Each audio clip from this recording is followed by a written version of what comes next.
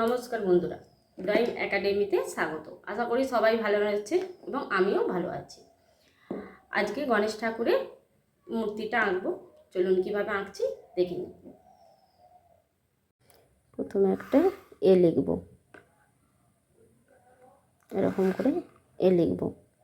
এ লেখার পর এবার এখানটা থেকে এরকম করব, এদিকে একটা লাইন টানবো, টেনে এখান থেকে এরকম করে নিয়ে ঠিক এইভাবে নিয়ে এইভাবে করে দেবো। তারপরে এবার এখান থেকে আবার একটা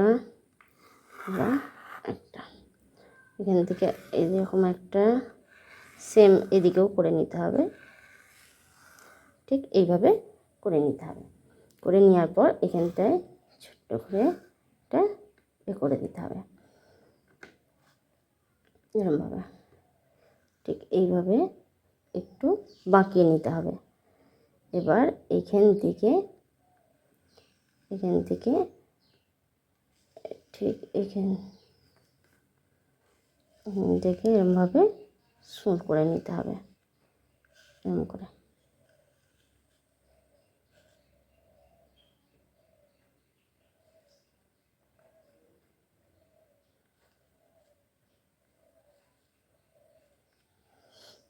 করে সুর করে দিতে হবে। এটা এভাবে ঠেকে দিতে হবে, এটাও ঠেকে দিতে হবে। এখানে একটা দাঁত করে দিতে হবে, এইভাবে দাঁত করে দিতে হবে। এখান থেকে একটা দাঁত করে দিতে হবে, ঠিক এইভাবে। এবার এখানে একটা চোখ করে দিতে হবে।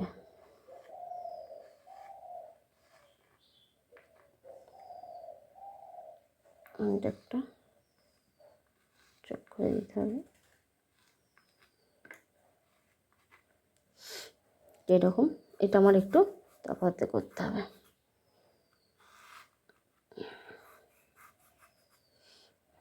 এবার এখানটা থেকে নিয়ে এরকম এইভাবে এখানটা dot dot dot dot dot এরকম। এবার এখানটা থেকে এরকম দিয়ে দিতে হবে, এরকম দিয়ে দিতে হবে। এখানটা একটা কান করে দিতে হবে,